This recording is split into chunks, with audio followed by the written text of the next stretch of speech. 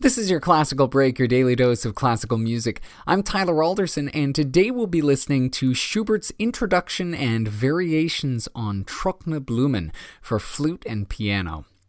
This piece follows the fairly conventional practice at the time of taking a melody from a song or opera aria and making a set of variations out of it. You can listen back to the episodes on Paganini's Variations on I Palpiti or Beethoven's Variations on Bei Mannern to hear other composers of around the same time as Schubert doing the same thing. Like this piece, the format was often a solo instrument with accompaniment, with variations that would often show off the virtuosity of the soloist. The theme being variationed comes from one of Schubert's many songs, and when I say many, I mean he wrote over 600 songs in his lifetime. His melodies were famous in Vienna, and groups of his fans would throw parties in his honor, singing his songs and playing his music. One such fan, and a friend of Schubert's, was a flute player, and when he heard Schubert's song cycle, Die schöne Müllerin, he was struck in particular by one of the songs and commissioned this set of variations from the composer. The song cycle is based off a set of poems that follow a young man who falls in love with the schöne Müllerin, the beautiful miller's daughter. The text of this song concerns the flowers given to the protagonist by that miller's daughter, his love who has spurned him for another man. The flowers have withered and died up, you can see the allegory there, and he imagines taking them to his grave. In his mind, they'd sprout anew over his dead body, and when his beloved would walk by, she'd see that he was true up until the end. It's one of those somewhat maudlin tales of unrequited love that were pretty popular in the Romantic era.